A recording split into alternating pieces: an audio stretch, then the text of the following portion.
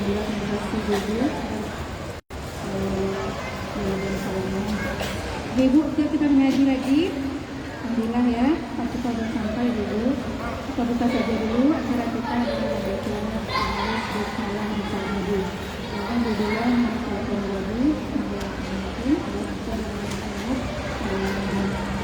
kita sudah sampai Ibu. Kita persilakan saja kalau Indonesia sampai. Terima kasih.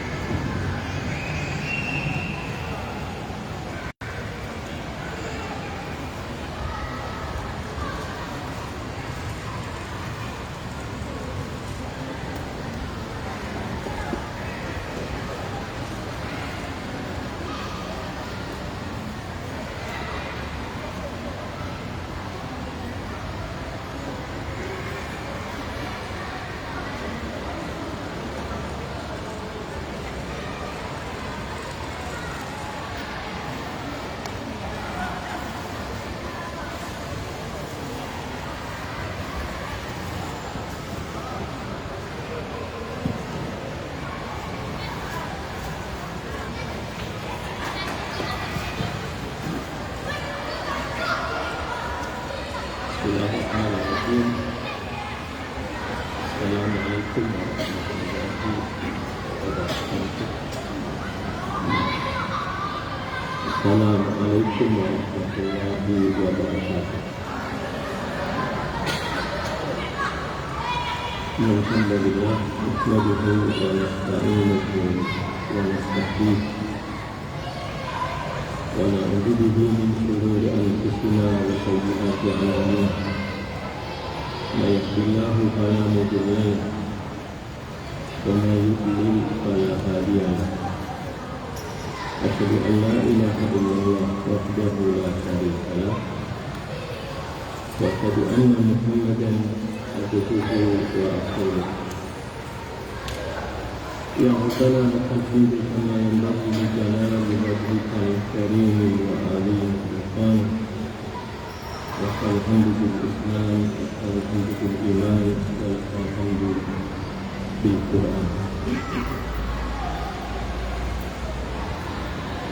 Puji dan syukur kita sembahkan kepada Allah Subhanahu wa Ta'ala atas segala karunia-Nya. Allah masih panjang umur kita sampai ke sore hari ini. Semoga Allah terus membimbing kita dalam ketaatan, menerima ketaatan kita dan melaksanakan ketaatan. Doakan semoga berkurang pada Rasulullah Nabi kita Muhammad Sallallahu Alaihi Wasallam. Beliau terbaik kita dalam segala kebaikan, teladan utama dalam segala keutamaan. Semoga Allah memudahkan kita mengikuti petunjuk dan bimbingan Rasulnya dan telah dikumpulkan bersama beliau di dalam surga. Ini sahabat banyak. Kedengar? kurang kedengaran karena ayat suara yang di luar.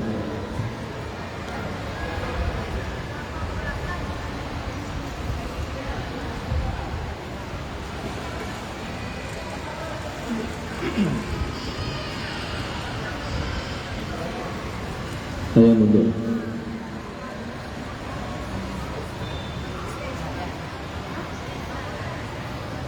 Maju Ustaz.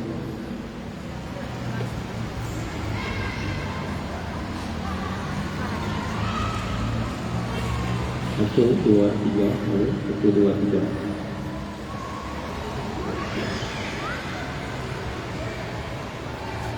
Kita masuk ke bagian akhir ya, dari surat Yasin. Ayat 76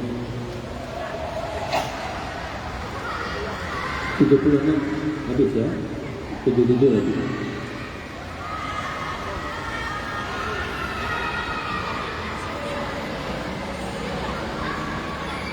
Iya itu. A'udzu billahi minasy syaithanir rajim. Bismillahirrahmanirrahim. Awalam yaral insanu anna khalaqnahu min nutfatin fa idza huwa khasimun mubin. Wa daraba lana mathalan wa nasiya khalqahu qala man yuhyil idhama wa hiya ramim. Qul yuhyiha alladhi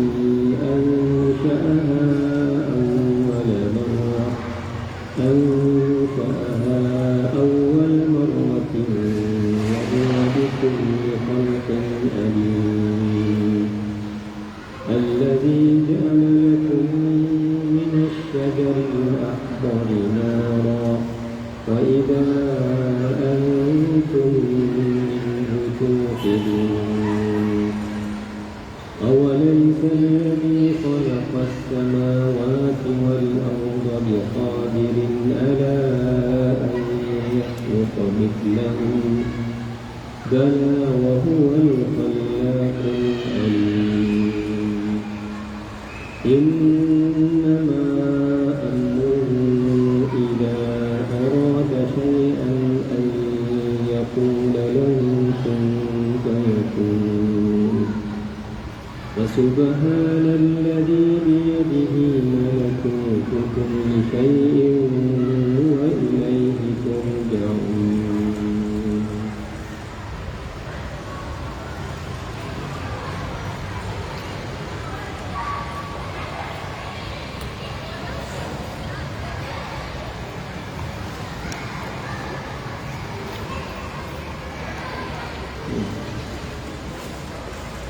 Dan tidakkah manusia memperhatikan bahwa kami menciptakannya dari setetes mani, ternyata dia menjadi musuh yang nyata. Dan dia membuat perumpamaan bagi kami dan melupakan asal kejadiannya. Dia berkata, siapakah yang dapat menghidupkan tulang belulang yang telah hancur dulu? Katakanlah Muhammad, yang akan menghidupkannya ialah Allah yang menciptakannya pertama kali, dan dia maha mengetahui tentang segala makhluknya. Yaitu Allah yang menjadikan api untukmu dari kayu yang hijau. Maka seketika itu kamu nyalakan api dari kayu itu. Dan bukankah Allah yang menciptakan langit dan bumi, mampu menciptakan kembali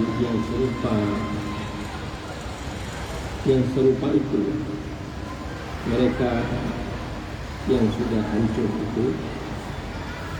Benar, dan dia maha mencipta, maha mengetahui. Sesungguhnya urusannya apabila dia menghendaki sesuatu, dia hanya berkata kepadanya, jadilah, maka jadilah sesuatu itu. Maka Maha Suci Allah yang di tangannya kekuasaan atas segala sesuatu, dan kepadanya kamu dikembalikan.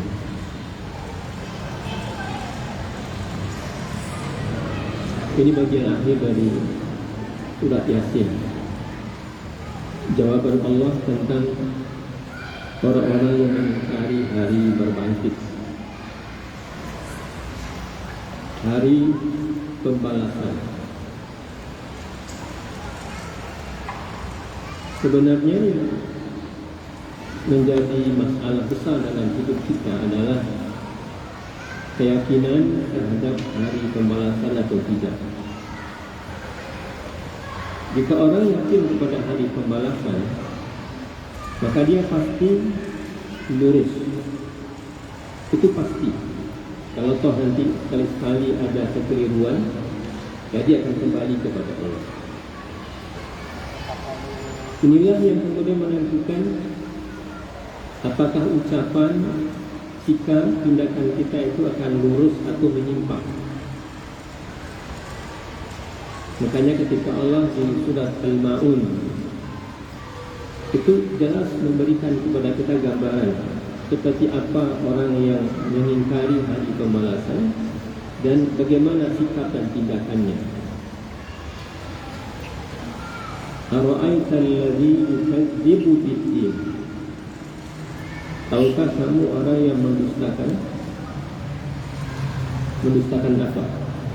Kita sering menerjemahkannya dengan mendustakan agama. Ad-din di antara maknanya adalah memang agama. Tetapi makna lain selain agama adalah hari pembalasan.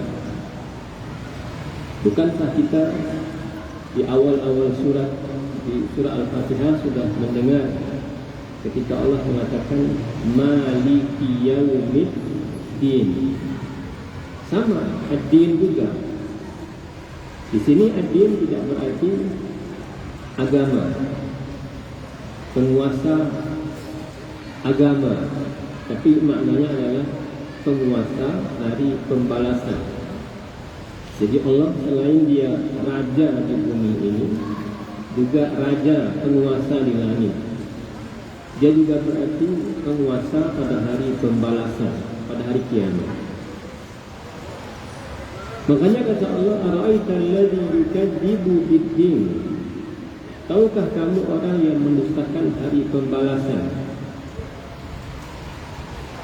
Fadzalika alladhi yad'ul yatim. Coba lihat kelakuannya. Kalau orang mendustakan hari pembalasan, dia tak percaya dengan hari pembalasan, maka sikap dan tindakannya tercela. Yad'ul yatim, menghadik dan menyakiti anak yatim. Itu karena dia tidak yakin dengan hari pembalasan. Kita yang beriman yakin dengan hari pembalasan, dan yakin dengan hadis Nabi yang mengatakan ana wa kafilul yatimi kahataini. Aku dan orang yang mengasuh anak yatim seperti ini, kedudukannya di surga itu dekat. Tapi yang tidak beriman dengan hari pembalasan, maka dia menghardiknya, mencelanya, memakinya. Sebab turunnya surat itu ketika dulu seorang laki-laki dari orang Quraisy kaya yang dia biasa menyembelih unta setiap pekan untuk dibagi-bagikan. Tapi ketika ada anak yatim yang datang yang meminta, maka dia usir, dia cela, dia caci, karena dia tidak yakin dengan hari pembalasan. Wala yahuddu ala ta'amil miskin. Tidak mendorong untuk memberikan makanan kepada orang-orang miskin. Tidak ada semangat untuk membantu, karena dia tidak yakin. Tapi kalau orang yang yakin dengan hari pembalasan, dia mencari peluang untuk memberi makan kepada orang-orang miskin. Karena itulah Abu Bakar terkenal, bukan hanya dengan satu amal, tapi dengan banyak amal. Nabi kan bertanya, siapa di antara kalian yang hari ini puasa? Banyak sahabat, maka menunjuklah Abu Bakar sendiri, ana ya Rasulullah. Siapa di antara kalian yang hari ini sudah menjenguk orang sakit? Banyak sahabat. Lalu menunjuklah Abu Bakar sendiri. Siapa di antara kalian yang sudah memberi makan hari ini pada orang miskin? Menunjuk lagi Abu Bakar. Lalu Nabi bertanya, siapa di antara kalian yang hari ini sudah melayat jenazah? Banyak sahabat sebenarnya, tapi hanya menunjuk Abu Bakar. Ana ya Rasulullah. 4 amat, puasa, kasih makan, lalu membesuk orang sakit, lalu pergi melayat jenazah. Kata Nabi, ketahuilah tidaklah berkumpul 4 sifat ini, pekerjaan ini dalam diri seseorang di hari yang sama, kecuali pasti menjadi penghuni surga. Dua kata istimewa memang. Sampai-sampai beliau tanya kepada Nabi, yang lakukan ini maka dia masuk surga lewat pintu ini, yang berjihad masuk surga lewat pintu jihad, ya, yang sedekah lewat pintu sedekah, yang puasa lewat pintu Rayyan. Kata beliau, adakah orang yang bisa masuk surga melalui semua pintu ya Rasulullah? Kata Nabi, ada, dan aku menduga kamu di antaranya. Maka sikap kita, pemahaman kita, keyakinan kita tentang adanya hari pembalasan, itu faktor paling besar yang membuat hidup kita ini lurus. Ucapan kita itu lurus, perbuatan kita itu lurus. Kenapa? Adanya harapan mendapatkan kebaikan dari kebaikan kita di hari ini, dan adanya ketakutan dari kejahatan keburukan kita di hari ini. Fa'idha huwa khasimun mubin. Ini gimana nih manusia? Apa dia tidak perhatikan bagaimana asal mula kejadiannya? Yang dewasa tentu dia tahu bagaimana bentuk asal kejadiannya. Mimma immahim, dari air yang menjijikkan. Ya, semua kita. Tidak ada orang ini orang hebat, mungkin dulu asal dari air madu. Enggak. Oh, ini orangnya hebat, mungkin dia dari susu asalnya ini. Enggak. Oh, ini mungkin dari air mana, air mineral mana, air kristal mana. Enggak. Semuanya sama, kata Allah. Mimma immahin, dari air yang menjijikkan. Min nutfah fa'idha huwa qasimun mubin. Kok heran ya, tiba-tiba dia menjadi musuh yang nyata.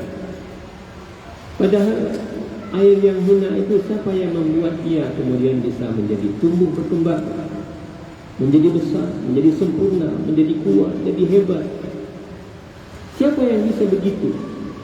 Yang membuat air yang hina itu, lalu dia bisa berjalan, lalu dia bisa membaca, lalu dia bisa mengangkat barang, lalu dia bisa berfikir, lalu dia bisa menganalisa. Siapa yang bisa buat dia begitu? Kan pasti Allah. Tapi kata Allah, kok tiba-tiba dia menjadi musuh ya? Mengingkari apa yang Allah sudah tetapkan, mengingkari apa yang Nabi ajarkan, tidak percaya dengan kitab yang memang tidak ada kebatilan di dalamnya, tidak di depannya, tidak di tengahnya, tidak pula di akhirnya. Kenapa begitu? Wa daraba lana mathalan wa nasiya khalqah. Bahkan orang ini, walaupun penyebab turun ayat ini satu orang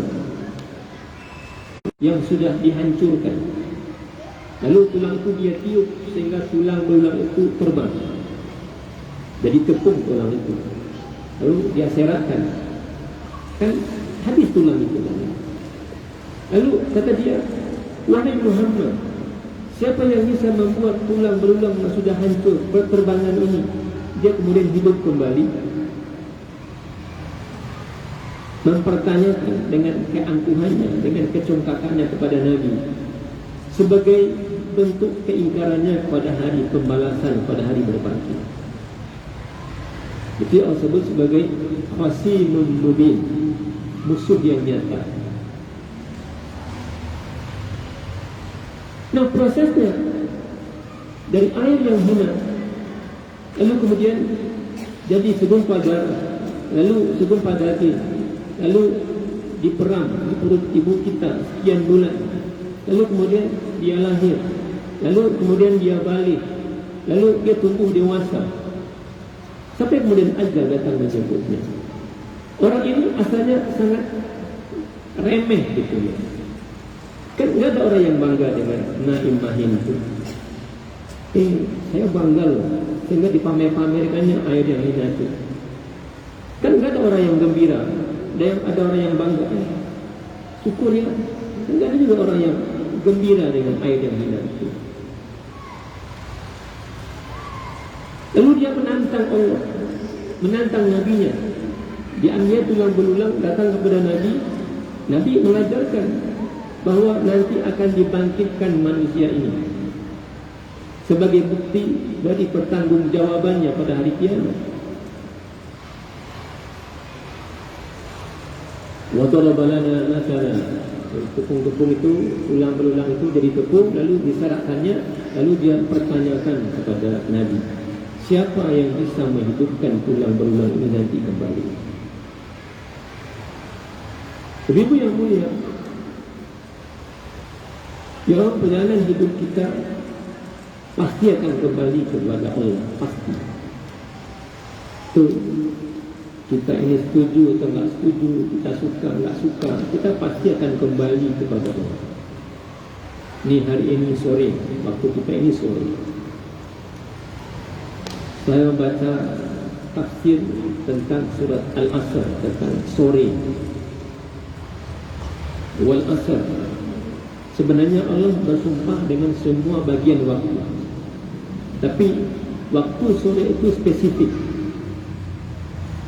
Dia punya keistimewaan karena dia mewakili waktu sore secara spesifik dan waktu secara umum, dari awal pagi sampai pagi kembali. Kata Allah, wal asr. Di samping Allah katakan wal fajar, waktu fajar. Wad duha, waktu duha. Wan nahar, waktu siang. Wal layli, waktu malam. Wal asr, waktu sore. Semua waktu itu Allah gunakan untuk bersumpah, semuanya. Kan itu aja waktu kita kan. Kalau enggak pagi, siang, duha, malam, sore. 5 waktu itu Allah gunakan untuk bersumpah. Sebagai ibrah, pelajaran bagi kita bahwa tidak ada waktu yang boleh disia-siakan. Fajar itu jelas, subuh. Siang itu jelas, terang sekali. Malam itu jelas, gelap sekali. Tapi duha dan asar itu punya spesifik. Duha itu awal siang, itu menggambarkan tentang optimisme, tentang harapan, tentang kebaikan. Sehingga ketika kita membaca surat Ad-Duha, itu ada kabar gembira di situ. Ketika Allah katakan, "Wala sawfa yu'tika rabbuka fatarda." Wahai Muhammad, Tuhanmu akan memberimu sesuatu yang membuat kamu ridha. Itu cahaya, itu kegembiraan, itu harapan, itu optimisme. Siang terang benderang. Tapi asar itu waktu yang sangat penting untuk diperhatikan. Itu waktu waspada. Sebentar lagi malam akan datang, kegelapan akan hadir, siang akan pergi. Makanya hati-hati. Kalau kamu enggak waspada di siang, di sore hari, kamu bisa celaka. Makanya tentang al-asar itu tentang kerugian. Makanya harus diwaspadai betul. Makanya innal insana lafi khusr, sesungguhnya manusia dalam kerugian. Waktu asar itu kalau tidak diperhatikan dengan seksama, maka dia akan membawa kita kepada kerugian. Ini mungkin tidak banyak kita yang memahaminya, atau kita memahaminya standar surat Al-Asr ini. Padahal Imam Syafi'i menganggap ini surat yang sangat penting dalam kehidupan. Kata beliau, andai Allah turunkan satu surat saja yang mencegah manusia dari kerugian, dari kebinasaan, dari kehancuran, cukuplah satu surat ini menghindarkan manusia dari kehancuran, dari kebinasaannya kalau direnungkan. Beliau juga mengatakan, Imam Syafi'i, andai Allah tidak menurunkan satu hujah. Apa hujah itu? Pembelaan diri yang nanti Allah gunakan kepada kita pada hari kiamat. Maka cukuplah ayat ini atau surat ini sebagai hujah. Kenapa dulu kamu begini, kami enggak dapat informasi. Enggak ada. Ayat ini cukup sebagai sumber informasi tanpa butuh yang lain. Maka tentang asar, kata beliau, Imam Ar-Razi rahimahullah, saya agak susah memahami surat Al-Asr ini, kecuali standar kita memahaminya biasa aja demi masa. Kecuali sampai suatu hari, kata beliau, saya pergi ke pasar di waktu sore, di waktu asar. Saya menemukan seorang pedagang yang menjual es batu, es balok. Sekarang kan sudah kristal kecil-kecil tuh. Tapi di masa itu es batu, es balok, yang hanya menjual es batu itu saja, nggak ada cendolnya, nggak ada yang lain-lain, hanya itu ada jualannya. Dan sampai sore belum ada orang yang membeli. Padahal itu di musim panas. Ibu bayangkan seorang pedagang yang jualannya hanyalah batu es dan hari sudah sore. Orang ini kemudian berteriak. Apa bunyi teriakannya? Dia berkata, irhamu man yadhubu ra'su malik. Wahai orang-orang yang ada di pasar, kasihanilah aku yang menjual barang, yang barang dagangannya terus menetes, yang barang dagangannya beransur-ansur habis. Itu maknanya beransur-ansur habis. Yang tadi bulan besar itu dimakan waktu, dimakan panas, dia menetes sehingga mengecil. Dan sebentar lagi pasar akan ditutup. Sebentar lagi orang-orang akan pulang, dan sebentar lagi itu akan ada kegelapan.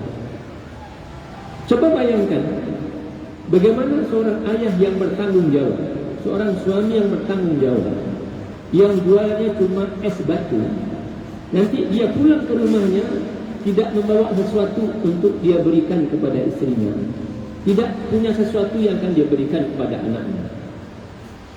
Padahal dari pagi loh tadi jualan. Beda dengan jual kue, beda dengan jualan yang lain-lain. Yang lain-lain itu kalau nggak habis hari ini maka besok masih bisa dijual.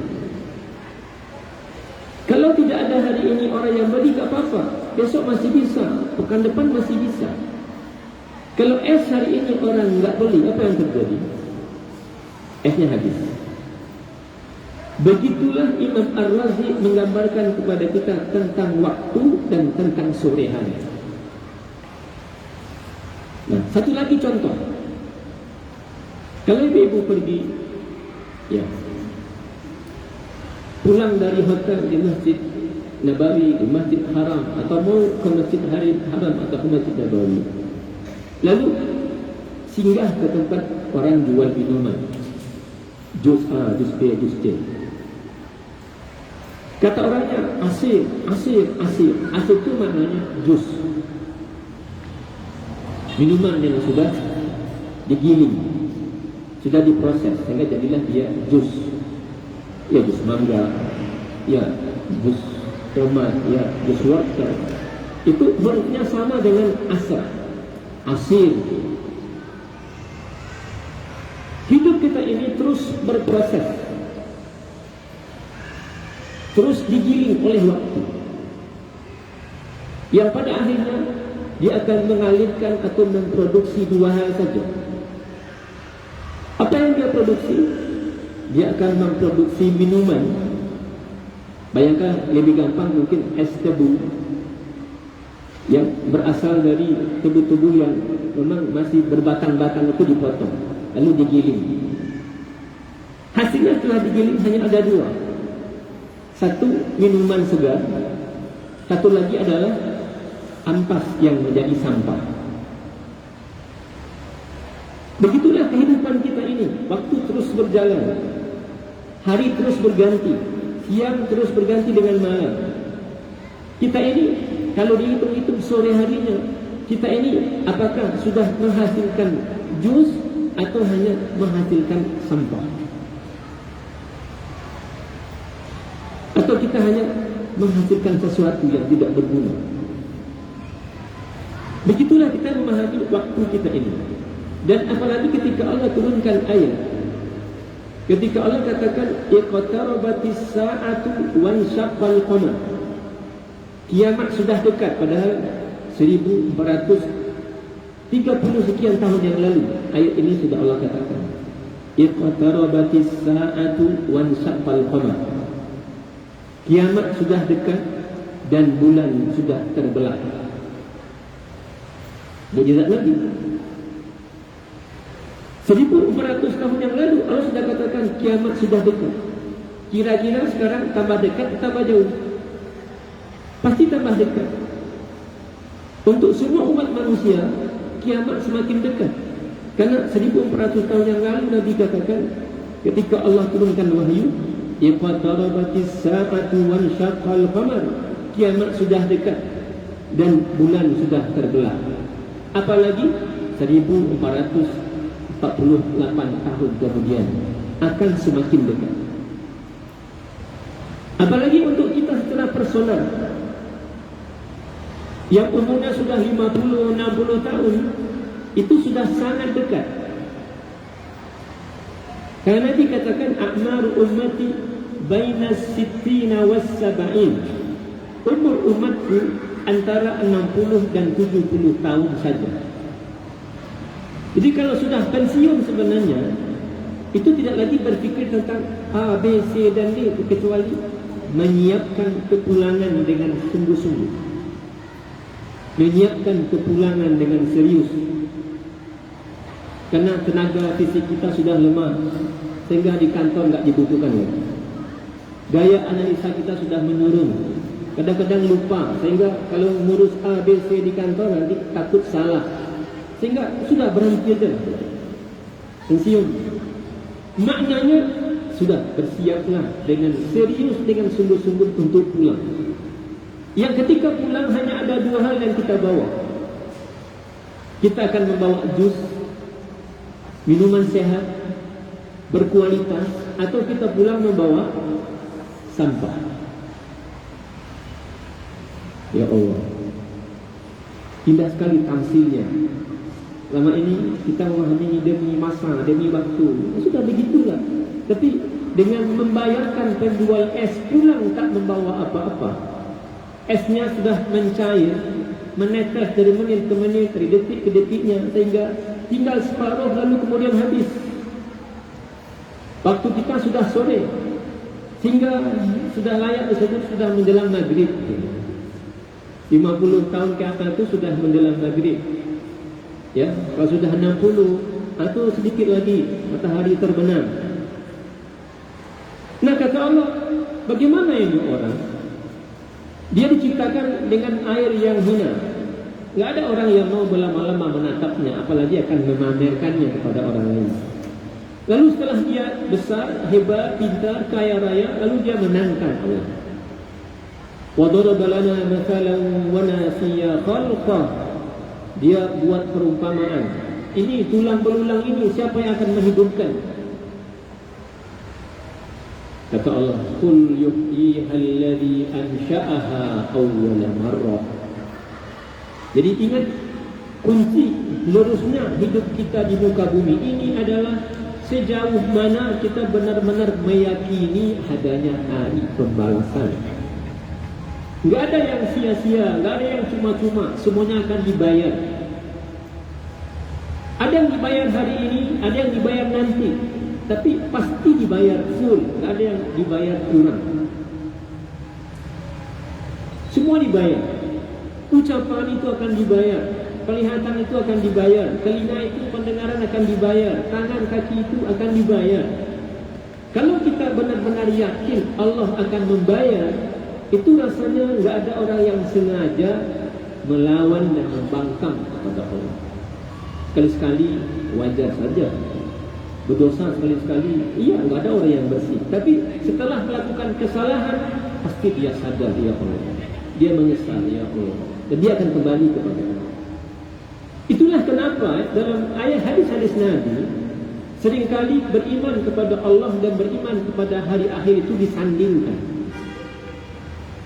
Man kana yu'minu billahi wal yawmil akhir, siapa yang beriman kepada Allah dan beriman kepada hari akhir, lalu baru ada hadisnya. Man kana yu'minu billahi wal yawmil akhir, beriman kepada Allah lalu beriman kepada hari akhir, lalu baru isi 1, 2, 3, akan begini, akan begini, akan begini. Dan itulah dua inti dakwah Nabi di awal-awal Islam ini. Sebelum mengajarkan tentang solat, sebelum mengajarkan tentang puasa, tentang berzakat, tentang berhaji, sebelum itu semua, dua hal inilah yang Nabi tekankan: beriman kepada Allah, beriman kepada hari akhir. Karena itu paling besar pengaruhnya membuat lurus atau tidaknya hidup kita. Qul yuhyiha allati ansha'aha awwala marrah, kata Allah ketika ditanya oleh orang kafir kepada Nabi, siapa yang menghidupkan tulang belulang yang sudah jadi debu berterbangan ini? Kata Allah, katakan sama mereka, sama dia wahai Muhammad, yuhyiha allati ansha'aha awwala marrah, yang akan menghidupkannya nanti adalah yang dulu menciptakannya pertama kali. Dulu tidak ada, lalu ada. Dari tidak ada menjadi ada, menurut kita tentu akan lebih rumit ya, menciptakan yang belum ada, dibanding apa? Mendaur ulang. Itu kan sekedar mendaur ulang, bukan?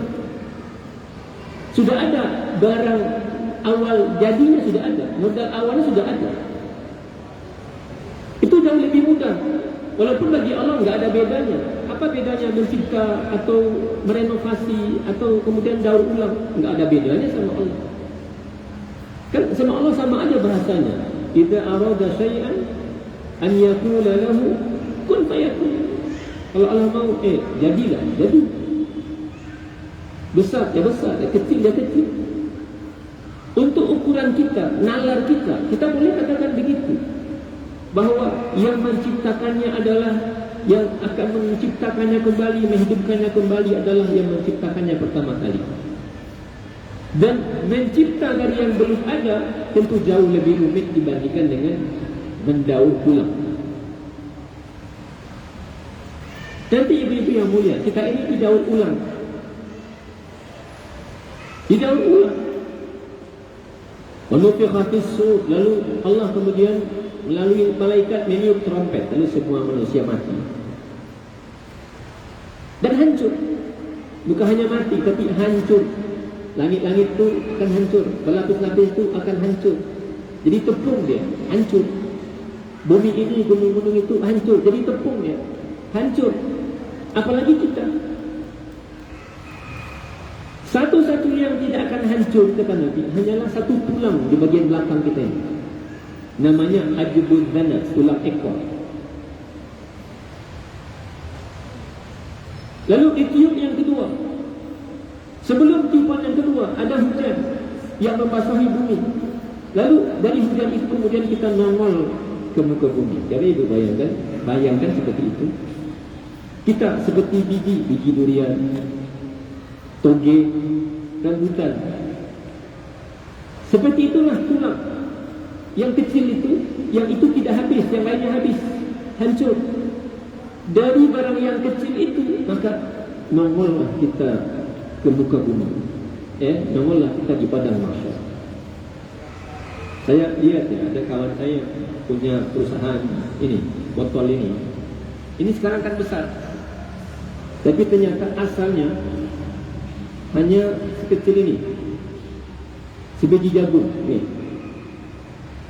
Besi bijinya yang diproses oleh pabrik lalu akan jadi seperti ini atau akan jadi seperti yang besar itu kecil sekali. Dari bara yang kecil itu akhirnya keluar seperti ini. Jika di dunia itu bisa, manusia aja bisa bikin itu kecil aja, segede jagung, segede biji jagung, lalu diputar mesinnya, keluarnya sudah seperti botol ini atau bahkan seperti yang isi 19 liter itu. Kecil dia. Jika di dunia itu bisa terjadi barang yang kecil itu bisa sebesar itu, nah kenapa oleh Allah tidak bisa dari manusia yang punya tulang kecil aja bergana di bagian belakangnya ini, lalu nanti kemudian dari situ manusia lahir pada mahsyar? Itu yang Aisyah bertanyakan kepada Nabi, ya Rasulullah, kaifa yub'atsul mar'u yaumal qiyamah? Wahai baginda, bagaimana nanti manusia dibangkitkan pada hari kiamat? Bagaimana? Seperti apa sih bentuknya? Kata Nabi, hufatan, enggak ada alas kaki, sendal enggak ada, sepatu enggak ada, sendal jepit juga enggak ada, tangkelek juga enggak ada alas kaki. Uratan, enggak ada penutup badan, enggak ada baju, enggak ada jaket, enggak ada, ya enggak ada, sama sekali enggak ada, sehelai pandang pun enggak ada. Walillah, kata Nabi, bahkan kondisinya tidak dihitam dan lahir kedua dalam kondisi sudah dewasa, seperti bayi lahir. Lalu beliau kaget, radhiyallahu anha, wa sawata, ya Allah, buruknya pemandangannya, kerana dia berfikir dengan imajinasi dunia. Kan coba kalau kemarin di lapang merdeka tu orang kemudian na'udzubillah tidak berpakaian, kan na'udzubillah, kan buruk sekali. Tapi ini padang mahsyar, dari orang yang paling pertama lahir sampai orang yang paling terakhir mati, dikumpulkan di sana, entah berapa puluh triliun jumlahnya semua. Lalu semuanya tidak ada alas kaki, tidak ada penutup badan, dan tidak dikhitan, dan kondisinya dewasa. Kata Nabi begitu, lalu Aisyah katakan, wa sawata, alangkah buruk pemandangannya. Kata Nabi, apa yang buat kamu terperanjat, kaget? Allah sudah menurunkan ayat yang dengan ayat itu enggak ada kemungkinan orang terperanjat dengan orang lain. Enggak ada. Bunyinya yauma yafirrul mar'u min akhihi. Ingat, hari berbangkit itu ketika yafirrul mar'u min akhihi. Adik atau kakak lari dari kakak dan adiknya. Ya bang ni, yang dulu ketika di dunia sangat mungkin bajunya sama, sangat mungkin bajunya gantian, sangat mungkin ya piringnya segala macam, sepatunya gantian. Lalu kemudian pada hari itu dia menghindar. Jadi takut dimintai tolong, takut. Wa ummihi wa abi, bahkan seorang anak lari dari ayah dan ibunya, yang hari-hari kita di dunia seberat-beratnya pikiran kalau sudah ketemu sama ibu, sama ayah, lalu makan di rumah ala kadarnya, ngobrol setengah jam, ringan masalah kita.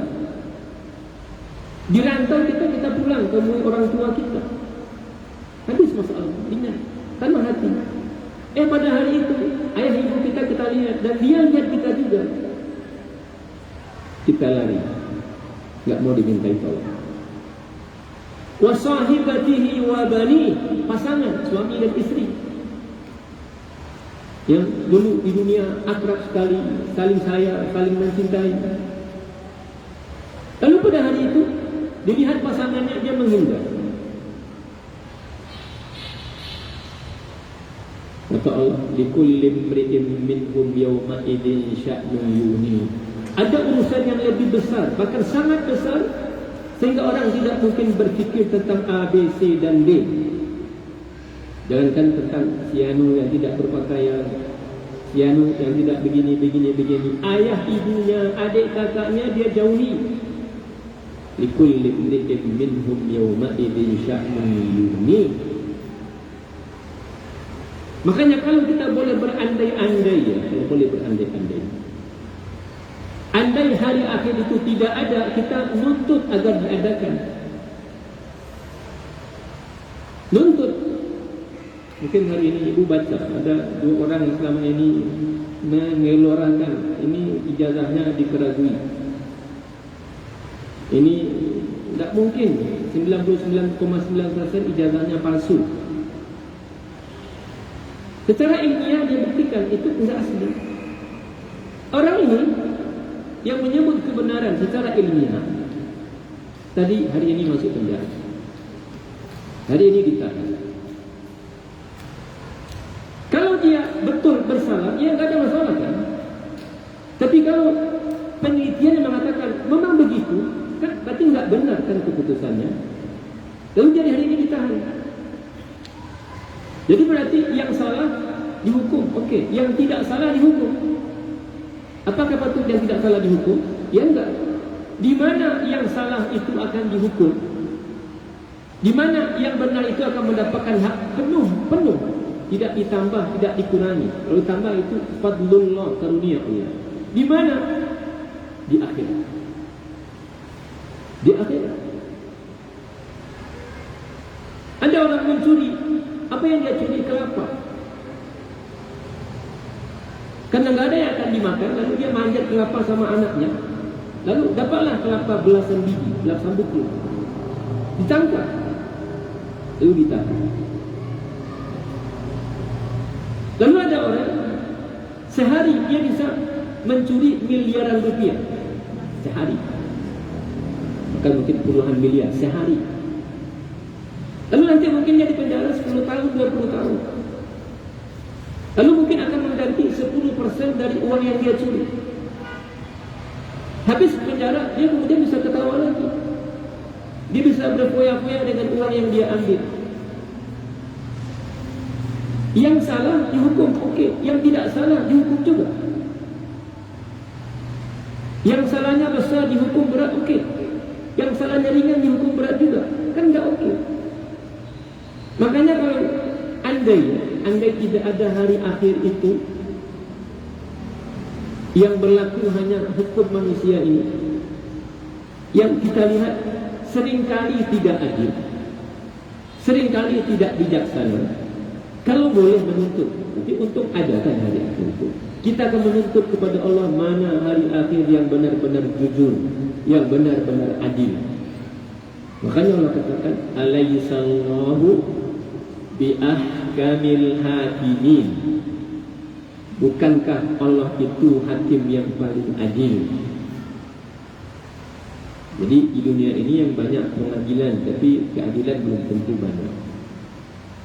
Setiap kota kabupaten itu ada pengadilan negeri, setiap provinsi ada pengadilan tinggi, nanti di pusat ada Mahkamah Agung. Ratusan banyak, tapi tidak sedikit yang tidak bersalah dihukum. Tidak sedikit yang kesalahannya ringan dihukum berat. Dan tidak sedikit juga orang yang salahnya berat dihukum ringan. Dan tidak sedikit juga orang yang salahnya berat tapi kemudian bahkan tidak dihukum. Makanya kata Allah, qul yuhyiha alladhi ansha'aha awwala marrah. Yang akan menghidupkannya itu adalah orang yang dulu pertama kali menghidupkannya, menciptakannya. Tepung-tepung ini ya digilinglah, hancur, berterbangan tepung-tepung itu. Lalu kata dia, siapa yang akan menghidupkan tepung-tepung ini kembali, tulang belulang ini kembali? Qul yuhyiha alladhi ansha'aha awwala marrah.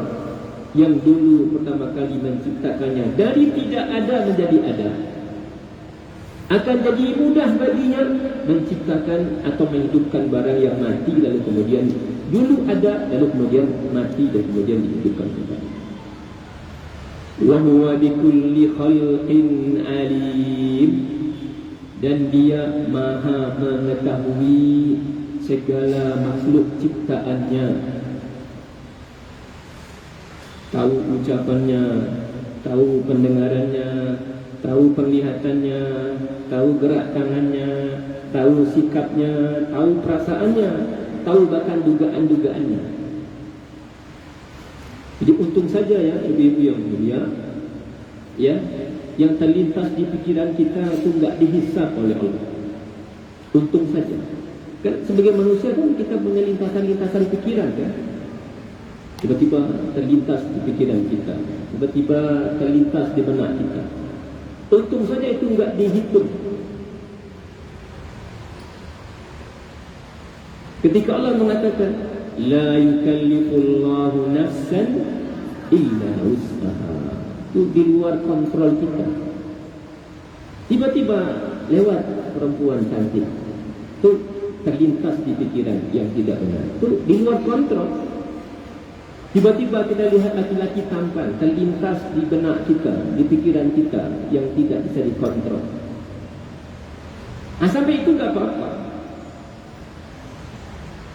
Ya.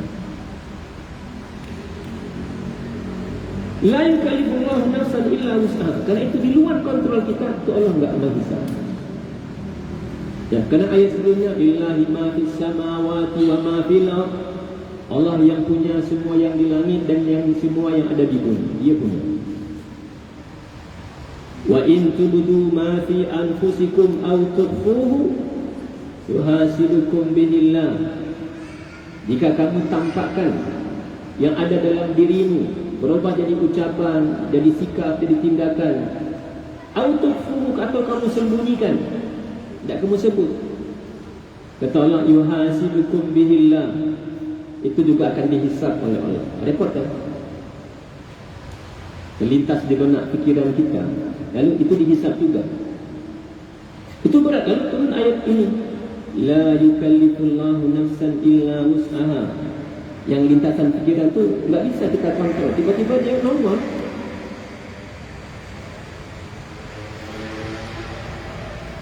Maka dia tidak dihisab. Jadi enggak ada yang tersembunyi bagi Allah. Wa huwa bikulli khalqin alim. Jadi kita mengerti dengan ilmunya Allah. Paham kita dengan hebatnya penglihatan, pendengaran dan pengetahuan Allah. Lalu kita percaya dengan hari akhir. Lalu apa yang kita mau akan sembunyikan?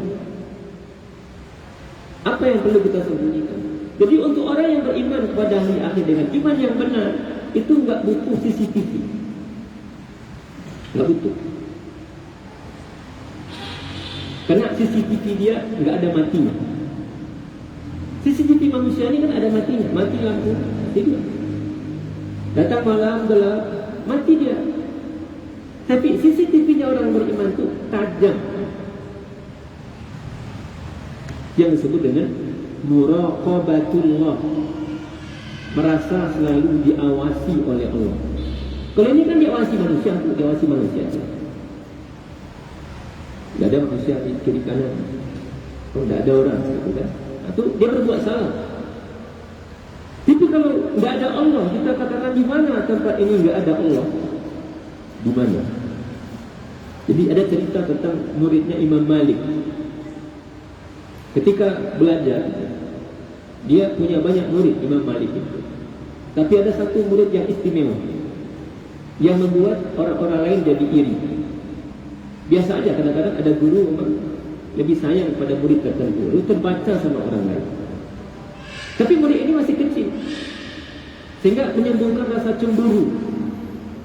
Maka kemudian sampailah berita itu kepada Imam Malik. Maka Imam Malik kemudian mengumpulkan murid-muridnya itu, dan kemudian memberinya masing-masing pisau dan seekor burung.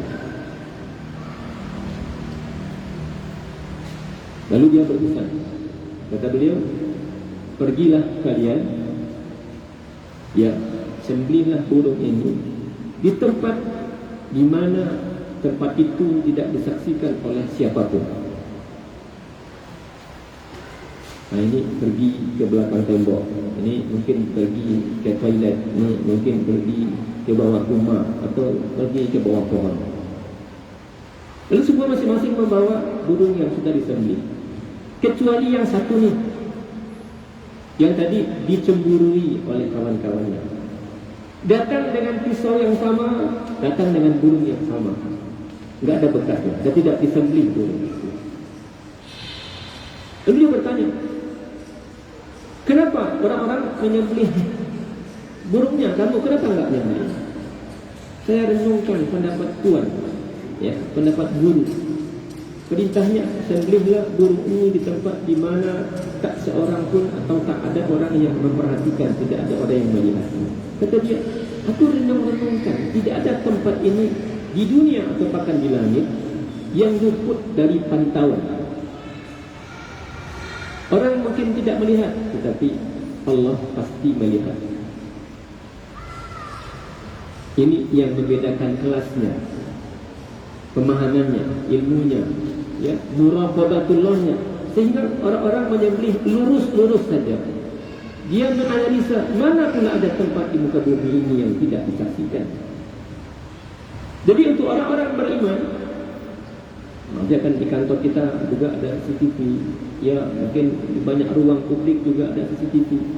Tidak perlu pula kita perhatikan CCTV itu untuk bertindak. Masuk ke minimarket, ada CCTV, lalu pasal kita berubah. Masuk ke minimarket, lalu tidak ada CCTV, lalu kelakuan kita berubah. Enggak. CCTV kita itu 24 jam aktif. Aktif 24 jam. Tidak ada matinya, tidak ada macetnya. Makanya wa huwa bi kulli khalqin alim. Dia Maha tahu dengan makhluknya. Ibu kita itu enggak sepenuhnya tahu tentang kita. Enggak sepenuhnya. Ayah kita enggak sepenuhnya tahu tentang kita. Bahkan di sekolah kita sebagai guru enggak sepenuhnya tahu tentang murid-murid kita. Kan ibu kita di rumah, kita di sini. Ibu kita di rumah, kita di pasar. Dia enggak tahu apa yang kita lakukan. Tapi kalau kita merasa diawasi oleh Allah, itu jauh lebih akurat dibandingkan dengan ayah ibu, jauh lebih akurat dibandingkan dengan CCTV. Makanya bahasa Allah, wa huwa bi kulli khalqin alim. Dia Maha mengetahui semua ciptaannya. Hebat kan? Hebat. Jadi bagi Allah tu enggak ada, oh ini kabur, buram tu enggak ada sama sekali. Oh ini malam ni gelap, enggak dilihat, enggak ada bedanya. Siang atau malam tu sama. Di tempat yang ramai ataupun di tempat yang sepi, itu enggak ada bedanya oleh Allah. Enggak ada bedanya.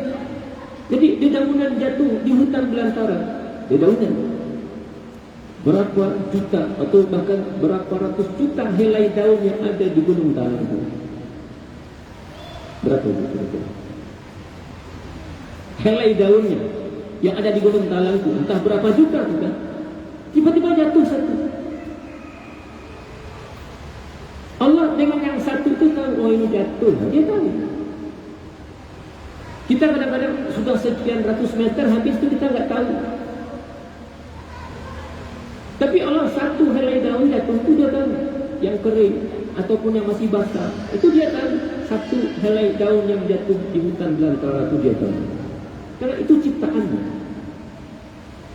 Ciptaan wa huwa bi kulli khalqin alim.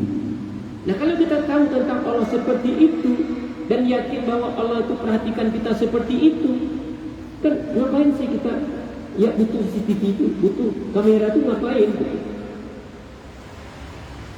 Kalau enggak ada kamera, enggak ada CCTV, lalu kelakuan kita berubah. Padahal CCTV yang sebenarnya terus berfungsi 24 jam. Tidak ada matinya. Dan tidak ada istilah kaburnya. Ini kabur nih. Tidak nampak itu. Siapa itu? Alladzi ja'ala lakum minasyajaril akhdari nara. Tuhan yang menciptakan itu. Apa sih karyanya? Apa ada yang sudah dilakukan? Sifatnya apa saja? Pertama tadi, dia mengerti tentang semua ciptaannya. Awak tidak kenal dia Allah. Boleh awak tak kenal dia Allah, tapi Allah kenal sama kita. Kita tidak melihat Allah, iya. Kita tidak melihat Allah, tapi Allah melihat kita. Jangan gara-gara kita tidak melihat Allah, lalu kita kemudian berbuat sesuka hati kita. Dia melihat kita. Dan bahkan dalam beribadah pun kan. Jibril bertanya kepada Nabi, ya Rasulullah, mal iman. Apa itu iman ya Rasulullah? Iman, maka disebut dengan rukun iman. Kata Jibril, sadaqta, ya benar. Benar, itu dia iman. Wa mal Islam, apa itu Islam ya Rasulullah? Lalu Rasul menjawab dengan rukun Islam yang 5. Syahadat, salat dan seterusnya. Kata Jibril, iya. Wa mal ihsan, apa itu ihsan? An ta'budallaha ka'annaka tarahu. Kamu beribadah kepada Allah seolah-olah. Jadi seolah-olah kamu. Seolah-olah kamu melihat Allah. Seolah-olah. Karena orang yang melihat atau dilihat oleh Allah atau melihat Allah, itu beda perasaan dan amalnya, beda. Coba anak kita pulang sekolah, dia masih TK. Kita di rumah. Kalau kita suruh dia solat dekat kita, itu beda dibanding dia solat di kamar sendiri. Karena dia melihat ayah dan ibu. Apalagi ada sanjungan dari abangmu, solatnya panjang, benar-benar kusuk solatnya. Itu tambah lama, berarti 10 menit solat subuh. Walaupun solat subuhnya sudah setengah 7. Tapi kalau pulang sekolah nggak ada ayah ibunya, dia solat, mungkin solat juga. Ibunya di luar, lalu anaknya masuk ke dalam kamar, solat bang, dia solat. Sebentar berwudu, setengah menit, lalu 1 menit dia selesai solat. Sudah solat bang, sudah. Tapi anta'budallaha ka'annaka tarahu. Kamu beribadah kepada Allah seolah-olah kita melihat Allah. Seolah-olah kita solat, lalu seolah-olah kita melihat Allah di depan kita. Itu beda nilai solat. Fa in lam takun tarahu, namun jika kamu tidak melihatnya, ketahuilah fa innahu yaraka, dia pasti melihatnya. Beda kan? Levelnya lebih tinggi, ihsan. Sehingga setiap saat dia merasa diawasi oleh Allah. Atau Allah lah yang melihat. Sehingga darjatnya lebih tinggi. Islam, rukun Islam, iman, rukun iman. Tapi ihsan itu beribadah dengan seolah-olah Allah kita lihat dalam ibadah kita. Berpuasa seolah-olah kita lihat. Berzakat seolah kita lihat. Ya, solat seolah kita melihat Allah.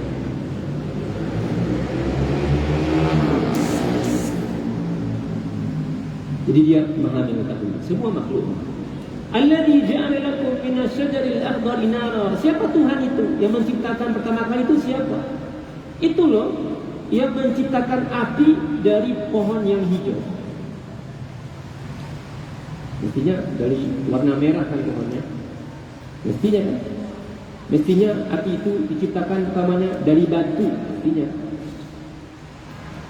Tapi Allah tantang mereka. Allah jawab dengan jawabannya, kok bisa ya? Tapi itu nyata. Korek api kita itu, belerang itu, dari apa dibuat? Kan dari tanaman, kan? Dari kayu. Dari kayu itu. Dari kayu yang hijau itu bisa berubah jadi api. Tuh, betapa lama orang kemudian menemukannya. Ya, sehingga itu ayat yang disebut dengan ayat-ayat i'jazul ilmi fil Quran. Mukjizat ilmiah di dalam Al-Quran. Jadi dari kayu bisa menjadi api. Dicari kayu yang mana, lalu kemudian ada percobaan sampai kemudian nyata. Jadi kalau kita mau memasak pakai korek api. Korek api itu warnanya merah. Sementara tanamannya berasal dari tumbuhan yang hijau. Kan bertolak belakang bukan? Mestinya dari yang kering tanamannya, atau dia dari batu, atau dia dari pasir. Tapi Allah ciptakan dari kayu yang basah, kayu yang hijau. Fa idza antum minhu tuqidun. Lalu kemudian kamu nyalakan. Awalaysa alladhi khalaqas samawati wal ard biqadirin ala an yakhluqa mithlahum. Bukankah sosok atau zat yang menciptakan langit dan bumi? Asalnya kan enggak ada makhluk yang lebih besar dibandingkan langit dan bumi.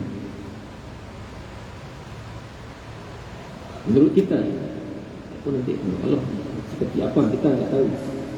Langit 7 lapisnya, bumi ini 7 pula levelnya ke bawah, dari timur ke barat, lalu barat ke utara, kan luas sekali itu. Bukankah yang telah mampu menciptakan langit dan bumi akan mampu juga untuk menciptakan yang lain? Kalau langit dan bumi yang besar itu bisa dia ciptakan, apakah susahnya untuk menciptakan yang lebih kecil? Langit itu. Coba bangunan ini pasti ada tiangnya dan ada kemungkinan bocor. Langit itu istimewanya 2. Dia tidak ada tiangnya, selain dia berlapis-lapis gitu, itu nggak ada tiang.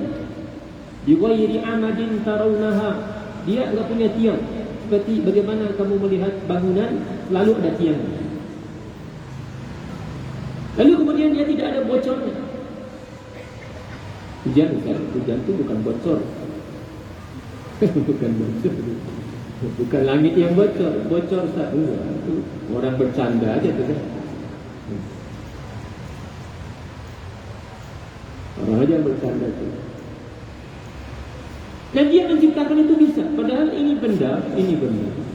Kan ajaib. Langit itu nggak ada tiangnya, tapi bisa bertahan. Padahal sangat tinggi dan berlapis-lapis, tidak ada yang saling menimpuki. Jatuh, ini kena ini, kena ini, kena ini. Ini sekecil ini, bahkan kecil dari ini. Kulit kacang kita lemparkan ke atas. Karena nggak ada tiang, dia nggak bertahan di atas. Ya buka ini kan, lempar ke atas. Kan kecil cuma itu kan. Padahal rendah juga. Dia jatuh ke bumi. Langit itu besar, berlapis-lapis, luas. Kalau hukumnya sama dengan hukum ini, berarti dia akan jatuh juga ke bumi ini. Kalau dia bisa menciptakan itu yang lebih besar, apa sih susahnya menciptakan yang lain? Iya kan? Apa susahnya? Dulu ini nggak ada. Dulu bumi itu nggak ada. Dulu langit itu nggak ada. Jadi bukan hanya kita yang nggak ada. Dulu bumi, langit dan semua itu nggak ada. Lalu dia ada. Jadi jika bisa dia menciptakan sesuatu dari yang tidak pernah ada, apa susahnya menciptakan dari daur ulang atau mendaur ulang barang yang sudah pernah ada? Ketika dia mampu menciptakan yang sangat besar, sangat luas. Ya, berapa luasnya bumi ini? Solo aja nggak mampu kita menjelajahi semuanya. Solonya aja. Walaupun ibu orang Solo, tidak semua kelurahan juga mungkin ibu sudah kunjungi. Tidak semua RW juga mungkin ibu sudah masuki. Tidak semua RT juga ibu pernah tinggal. Sudah puluhan tahun tinggal di sini. Dan berapa luasnya bumi ini? Ada ukurannya. Tapi dia mampu menciptakannya. Nah, apakah mustahil bagi orang yang mampu menciptakan bangunan, menciptakan sesuatu sebesar ini, seluas ini dengan keistimewaan seperti itu? Bala wa huwal khallaqul alim. Bukankah yang sudah mampu menciptakan langit dan bumi sebelumnya akan mampu menciptakan yang lain? Kata Allah, bala, tentulah iya. Masa enggak sih? Pastilah iya. Kenapa? Wa huwal khallaq. Dia maha mencipta. Mampu, itu kemampuannya. Khallaq. Dia mampu. Dia mampu menciptakan sesuatu yang memang tidak masuk akal manusia. Ustaz, Nabi Ibrahim masuk ke dalam api tapi tidak terbakar. Hebat Ibrahim. Bukan Ibrahim yang hebat. Kan mestinya api itu membakar. Tapi Allah yang hebat. Ketika dimasukkan ke dalam api yang sangat besar menyala itu, apa kata Allah? Ya naru, naik api. Allah perintahkan, kuni bardan wa salama. Kamu harus punya 2 sifat ya. Apa itu? Dingin dan salam. Menyelamatkan. Kadang kalau hanya bardan, Itu bisa menyiksa, bisa membunuh orang. Ada orang mati karena kedinginan. Sebagaimana ada orang mati kepanasan kan? Ada mati kepanasan. 50 derajat Celcius panas, dehidrasi, meninggal. Juga ada orang meninggal karena kedinginan. Jadi perintah Allah dua, bardan wa salama, dingin tapi menyelamatkan. Apa tuh? Ini kayak AC itu. AC itu. Dia dingin tapi menyelamatkan. Jadilah Nabi Ibrahim dalam api sejuk. Mesti kan panas. Tapi dia sejuk dalam api. Sejuknya dalam suhu 16, 17, 18 derajat. Padahal dia dalam api. Hebat Ibrahim juga, bukan Ibrahim yang hebat, Allah yang hebat. Nabi Musa alaihi salatu wassalam pandai membelah laut. Hebat Nabi Musa bukan Musa yang hebat, tapi Allahnya yang hebat. Ini kita sebentar lagi 10 Muharram ya. Hari ini tanggal 4 Muharram. Berarti hari Kamis depan tu hari 10 Muharram. Itu ada amal yang mesti kita amalkan. Sunnah Nabi adalah puasa Asyura, puasa 10 Muharram. Jangan tinggal. Hafsah katakan radhiyallahu anha, kata beliau, Nabi tidak pernah meninggalkan puasa Asyura lalu puasa tiap hari. Nabi tidak pernah meninggalkan puasa 9 hari di bulan Zulhijjah. Puasa 1, 2, 3, 4 sampai tanggal 9 Zulhijjah. Nabi tidak pernah meninggalkan puasa 3 hari dalam setiap bulan. Jadi minimal puasa 3 hari setiap bulan. Ini puasa sudah tua. Tapi ada ceritanya, kenapa Nabi puasa pada hari Asyura itu? Dulu ketika Nabi masih tinggal di Mekah, sebelum hijrah ke Madinah, itu orang-orang Quraisy sudah puasa dengan puasa Asyura ini. Ya, karena jahiliyah itu dia mengambil ibadah dari semua agama kalau ada. Maka orang-orang jahiliyah itu berpuasa pada hari Asyura. Maka karena Nabi tinggal di Mekah, maka Nabi pun ikut puasa pada hari Asyura. Puasa Asyura puasa. Ketika Nabi hijrah, Nabi pergi ke Madinah dan bertemu dengan orang-orang Yahudi, pengikutnya Nabi Musa alaihi salatu wassalam. Lalu menemukan orang-orang Yahudi juga puasa, sehingga Nabi kemudian bertanya, ini hari apa? Kenapa kalian puasa? Oh, ini adalah hari kemenangan. Maksudnya kemenangan apa? Kemenangan atau menang atau selamatnya Nabi Musa dari kejaran Fir'aun. Maka kami berpuasa sebagai wujud syukur. Jadi Nabi Musa ketika dia selamat, dia berpuasa, maka diikuti oleh kaumnya. Dan itu kemudian jadi amal yang selalu terus menerus setiap tahun berlaku di kota Madinah untuk umat Yahudi. Kata Nabi, ana ahabbu bi Musa minkum. Kalau kalian puasa karena mencontoh Nabi Musa, aku lebih patut untuk menirunya. Kan Nabi Musa dengan Nabi Muhammad alaihi salatu wasallam sama-sama nabi. Aku lebih patut untuk mencontohnya. Puasa Nabi pada hari Asyura dengan niat yang berbeda. Kalau tadi enggak tahu, orang-orang jahiliyah, orang-orang Quraisy puasa, kita puasa aja.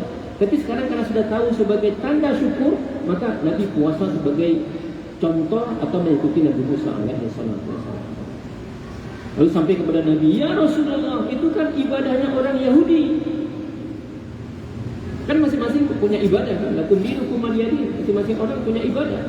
Nah kata Nabi, la in ishtu, jika tahun depan aku masih hidup, la asumanna tasi, aku akan berpuasa pada hari ke-9 juga. Karena itu Imam Ibn Qayyim tentang puasa Asyura itu membuat 3 level. Level yang paling utama kata beliau, puasa 3 hari, tanggal 9, tanggal 10, tanggal 11. Itu level yang paling tinggi, 3 hari puasanya. Jadi Rabu, Kamis, Jumat depan. Level nomor 2 adalah puasa 9 dan 10. Ini niatnya Nabi, tapi kemudian sebelum itu terwujud, Nabi sudah wafat. Jadi Nabi pernah bercita-cita untuk puasa tanggal 9 Muharram, tapi enggak kesampaian karena sebelum itu dilakukan beliau sudah wafat. Tahun depannya beliau wafat. Atau minimal puasalah pada hari ke-9. 10 Muharram saja. Jangan sampai enggak sama sekali. Minimal sehari. Ya, kalau bisa mau menyelisihi orang-orang Yahudi, ya puasalah tanggal 9 dan 10, atau 10 dan 11, atau 9, 10 dan 11. Ada apa Ustaz di situ? Pertama, wujud syukur. Syukuran lillah. Ya, diselamatkan Fir'aun dan Musa dari kejaran Fir'aun. Fir'aun tenggelam di Laut Merah. Ketika ditanya, apa sih keutamaannya?